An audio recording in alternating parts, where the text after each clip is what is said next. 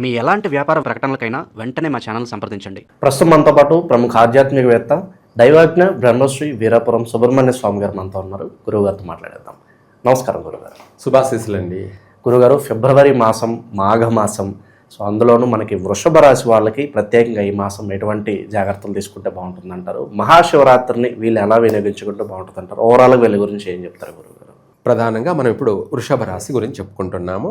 వృషభ రాశి వాళ్ళు కావచ్చు, ఈ మాఘమాసంలో ఆదివారం అమావాస్య, మళ్ళీ మహాశివరాత్రి తర్వాత మంగళవారము అమావాస్య.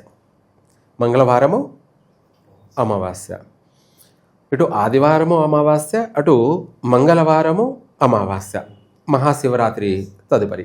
ఈసరికి ఆదివారం మహాశివరాత్రి రావడం చాలా విశేషం. అంటే మామూలుగా సోమవారం వస్తే చాలా విశేషమైంది. అయితే ఇక్కడ ఆదివారం రావడం కూడా ఎందుకు అంటే అందరూ కూడా ఉపవాసాలు ఉండడానికి మంచి అవకాశం ఉంటుంది. ఎందుకంటే అందరికీ వీలైనంత వరకు అధిక శాతం హాలిడే ఉంటుంది కాబట్టి సోమవారం రోజు ఉదయం ఉపవాసం చెల్లించడానికి కూడా బాగుంటుంది. అదొకటి. అయితే ఇక్కడ అమావాస్య విషయానికి చూసుకుంటే ఇటు ఆదివారం అమావాస్య, మహాశివరాత్రి తదుపరి మంగళవారం అమావాస్య వల్ల కొన్ని రాశుల వాళ్ళకి, అటు ఇక్కడ మనకు వృషభ రాశి వాళ్ళకే కాకుండా మేషరాశి వాళ్ళకు కూడా వీటి వల్ల ప్రమాదాలు అధికంగా జరిగే అవకాశం ఉన్నాయి. అధిక ప్రమాదాలు అనేటి అంటే ఊహించని విధంగా ఉన్న పలానా గొడవలు, లేదంటే ఎలక్ట్రికల్ షాక్ ప్రమాదాలు, లేదా అధికంగా వాహన ప్రమాదాలు, ఇటువంటి వాటి వల్ల ఉన్న పలానా గొడవలు ఇటువంటి ఏర్పడే అవకాశం ఉంది. ఈ యొక్క అమావాస్య యొక్క ప్రభావాలు వీళ్లకు అధికంగా ఇబ్బందులు కలగజేసే అవకాశం ఉంది. అందుకనేసి వీళ్ళు ఏం చేయాలి అనేది కూడా చెప్పుకుందాం చివరిలో. మామూలుగా అయితే వృషభ రాశి వాళ్ళకి ఈ మాఘమాసంలో ఒక క్షణం కూడా తీరికుండదు. ఎక్కువగా ఆలోచనలు అంటే ఇది చేసేయాలి, అది చేయాలి, ఏదో ఒకటి చేయాలి, ఖాళీగా కూర్చుంటే ఏమొస్తుంది, కష్టపడదాము అనే ఒక తాపత్రయం. దానికి తగినట్టుగానే ఆదాయం కూడా బాగానే ఉంటుంది. దానికి తగినట్టుగానే మనం కష్టపడితే కదా ప్రతిఫలం ఉండేది అన్నది అందరిలో అవగాహన ఉంటుంది. దానికి తగినట్టుగా వాళ్ళు అధికంగా శ్రమించడం ఉంటుంది. సమయం అనే తీరిక లేకుండా కూడా శ్రమించడం ఉంటుంది. దానికి తగినట్టుగా వీళ్ళకు కూడా ఆదాయం కూడా అలాగే ఉంటుంది. దాన్ని కష్టే బలి. వాళ్ళ యొక్క శ్రమ, వాళ్ళ యొక్క కష్టం అనేది వృధా కాదు. వాళ్ళ శ్రమ పడిన దానికి, వాళ్ళు కష్టపడిన దానికి ప్రతిఫలం బాగానే ఉంటుంది. అది కూడా ఒక శుభసూచకమే. కష్టపడినా కూడా ప్రతిఫలం లేకపోతేనే ఇక్కడ సమస్య. ఈ రాశి వాళ్ళకి, వృషభ రాశి వాళ్ళకి ఈ యొక్క మాసమంతా కూడా ఆర్థిక పరంగా ఏదో ఒక రూపంలో వాళ్లకు తగినటువంటి రీత్యా అనుకూలమైనటువంటి వాతావరణాలే. ఎవరెవరి వృత్తి రీత్యా, ఎవరెవరి స్తోమతను బట్టి, ఎవరెవరు చేసే వాళ్ళ యొక్క విధి విధానాన్ని బట్టి ఫలితం అయితే ఉంటుంది. అయితే వృషభ రాశి వాళ్ళు ఏ అక్షరాలు పేర్లు ఉన్నటువంటి వాళ్ళు ఈ ఒక వృషభ రాశికి చెందిన వాళ్ళు అంటే, మనం ఇందాక చెప్పుకున్నట్టుగా కృత్తికా నక్షత్రం మొదటి పాదం కాకుండా 2, 3, 4 అంటే 3 పాదాలు. ఇందులో ఈ ఊ ఏ అక్షరం కలిగినటువంటి వాళ్ళు. ఏ అంటే 7 కొండలు ఇలా. అలాగే ఈ 3 పాదాల్లో జన్మించిన వాళ్ళందరూ వృషభ రాశి, కృత్తికా నక్షత్రం, వృషభ రాశిలో జన్మించిన వాళ్ళు. తదుపరి రోహిణి నక్షత్రం, ఓం అక్షరం అన్నమాట, ఓంకార్ ఇలా. తర్వాత వా అక్షరం, వి అక్షరం, ఊ అక్షరం అంటే వాలో ఊ అక్షరం. ఈ 4 అక్షరాల మీద పేర్లు ఉన్నటువంటి వాళ్ళు రోహిణి నక్షత్ర జాతకులు, వృషభ రాశి. అలాగే మృగశిర నక్షత్రం, ఓ అంటే అంటే వెంకటేష్, వేదవతి, వేదాంత్ ఇలా వచ్చే పేర్లు. అందులోనే వాళ్ళనే ఓ అక్షరం. ఈ 2 పాదాలు వచ్చేసి కూడా మృగశిర నక్షత్రం వృషభ రాశిలో జన్మించినటువంటి వాళ్ళు అవుతారనమాట. వీళ్ళందరూ కూడా ఈ పేర్లు ఉన్న వాళ్ళు వృషభ రాశి వాళ్ళు.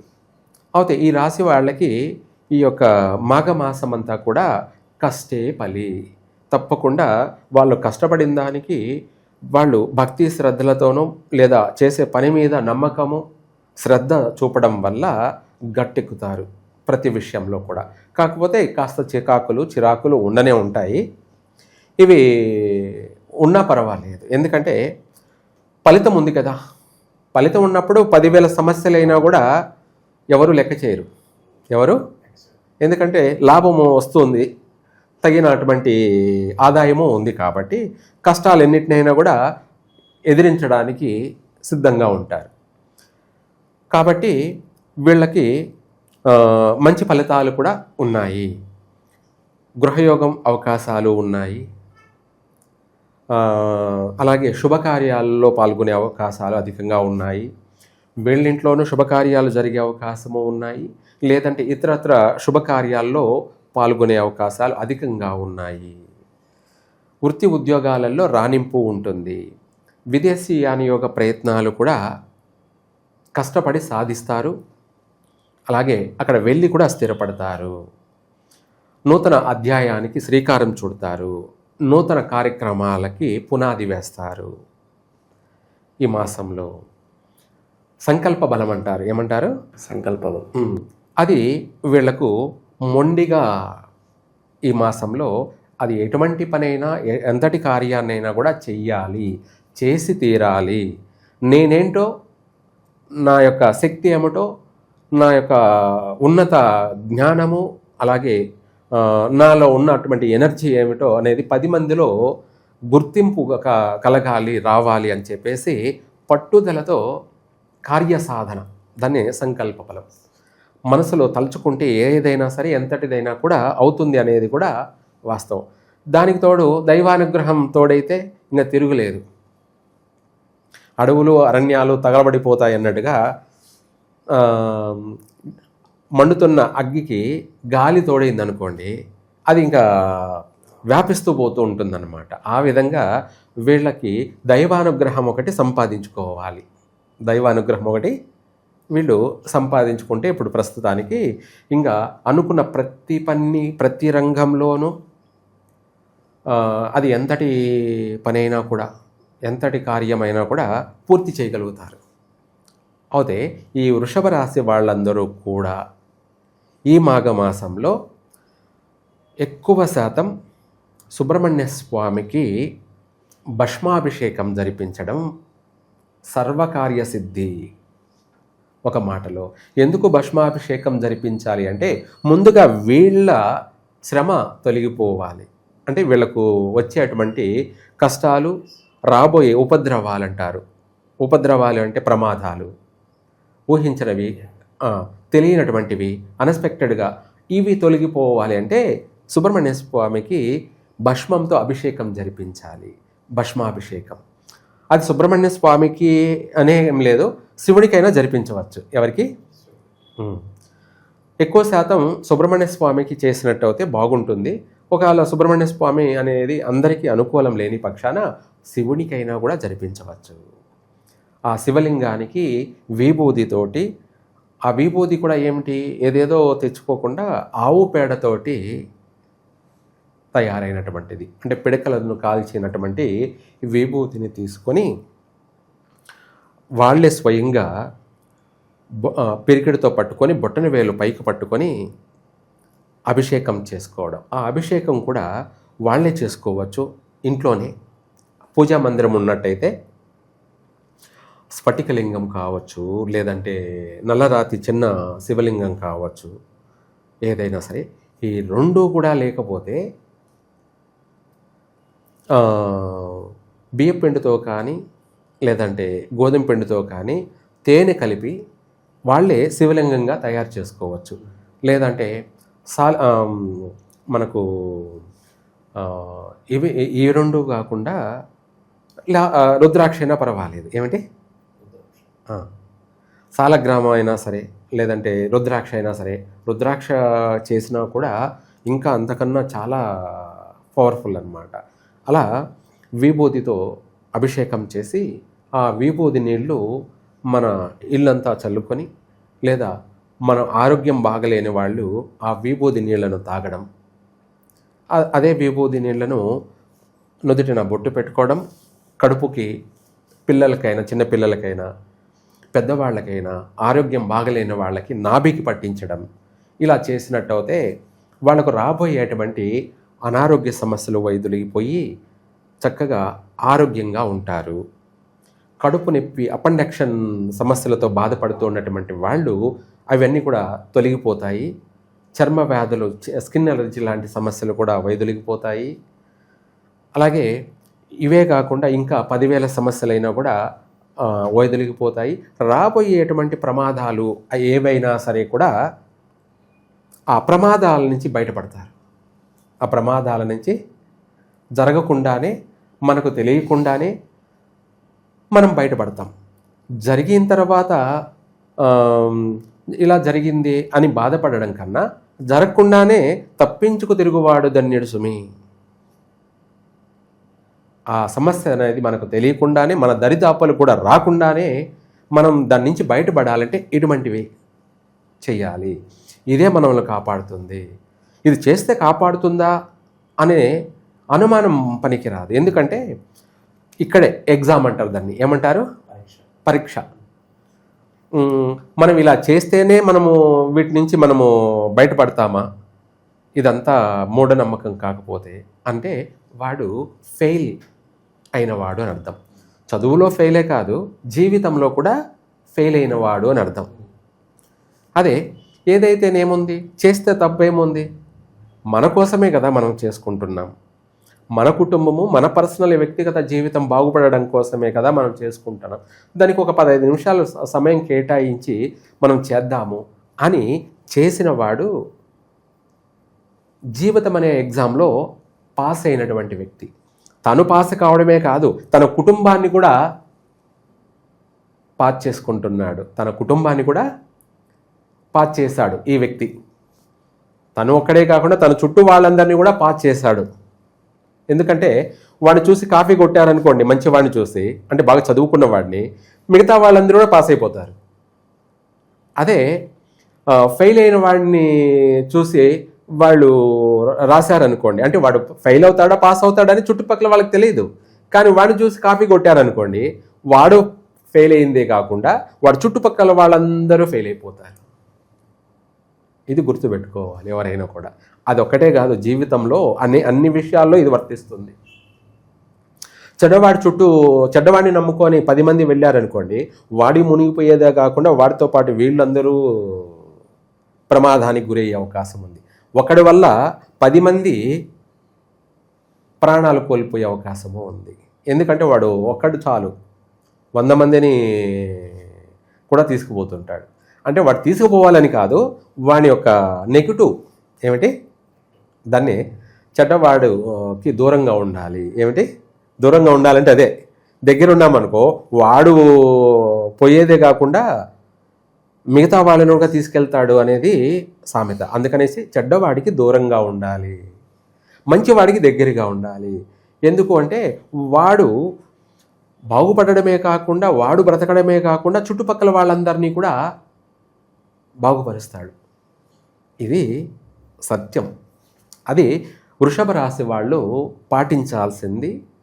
ఇది అక్షర సత్యం.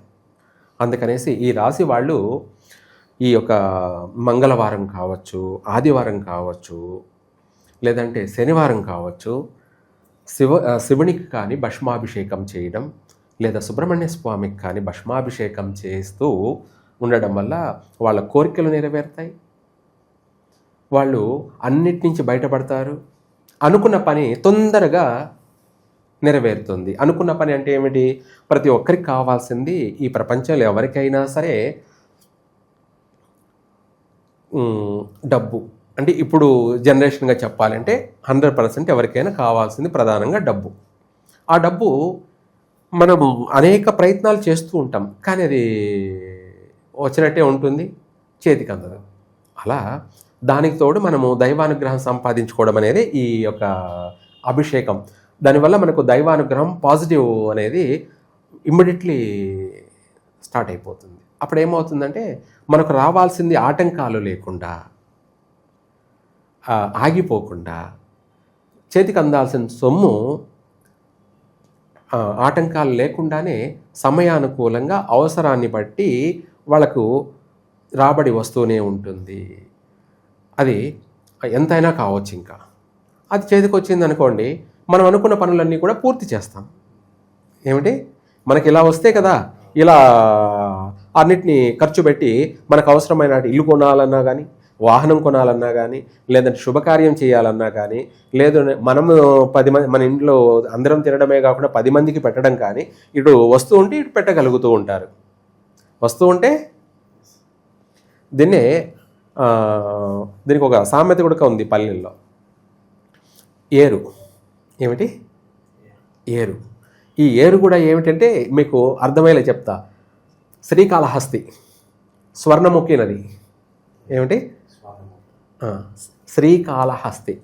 ఆ గుడి నిర్మాణం చేసేటప్పుడు పనికి పోయేవాళ్ళు, ఆ పనికి పోయేటప్పుడు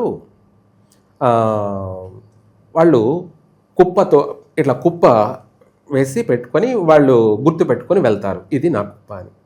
పొద్దున్నే గుడికి పనికి వెళ్ళి ఆ గుడి అంత నిర్మాణ పని అంతా కూడా చేసుకొని సాయంత్రం పని అయిపోగానే ఆ స్వర్ణముఖి నదికి వచ్చి ఆ ఇసుకలు కుప్ప వేసుకున్నారు కదా, ఆ కుప్ప తీస్తే అందులో వాళ్ళకి కాసులు ఉండేటివి. ఏమిటివి, కాసులు అంటే అదే బంగారు కాసు అంటాం అన్నమాట. కాసులు ఉండేటివి. అది చేసిన వాళ్ళకి ఎంత ఉండాలో, ఎన్ని కాసులు ఉండాలో అంత కాసులు దొరికేటివి. అది చేయకుండా పైన కాలం గడిపి యాక్టింగ్ చేసి శ్రమ పడకుండా, కష్టపడకుండా వాడు వచ్చి కుప్పదీస్తే అందులో ఏమి ఉండేటివి కాదు. ఇది 100% వాస్తవం అన్నమాట. అట్లా చేసుకున్న వారికి చేసుకున్నంత మహాదేవ అన్నట్టుగా వృషభ రాశి వాళ్ళు ఎంత భక్తి శ్రద్ధలతోనూ ఎంత ప్రేమతో చేస్తారో అంతకు 10 అంతలు వీళ్ళకి రాబడి ఉంటుంది. ఊహించని విధమైనటువంటి రాబడి ఉంటుంది. వీళ్ళే ఊహించరు. ఏదో చేస్తాము, ఆ కష్టానికి తగినట్టు వస్తుంది అనుకున్నాం, కానీ అది 10 వచ్చేసింది ఊహించిన విధంగా అనేది ఇదే. ఇటువంటివే మెరాకిల్ ట్విస్ట్ అంటారనమాట. మనం వాడ ఒక 10,000 వస్తుందని పోయాం, అది ₹1,00,000 వచ్చేసింది. ఎంత, 10,000 ఎక్కడ, ₹1,00,000 ఎక్కడ, ఇదే. అలా వాళ్ళ ఆనందానికి, వాళ్ళ సంతోషానికి అవధులు ఉండవన్నమాట. ఆ విధంగా చేసుకున్న వారికి చేసుకున్నంత మహాదేవ. ఓవరాల్గా వృషభ రాశి వాళ్ళకి ఈ మాఘమాసం ఎలా ఉండబోతుందో అద్భుతంగా వివరించారు గురుగారు. ధన్యవాదాలు. సర్వే జన సుఖినో భవంతు.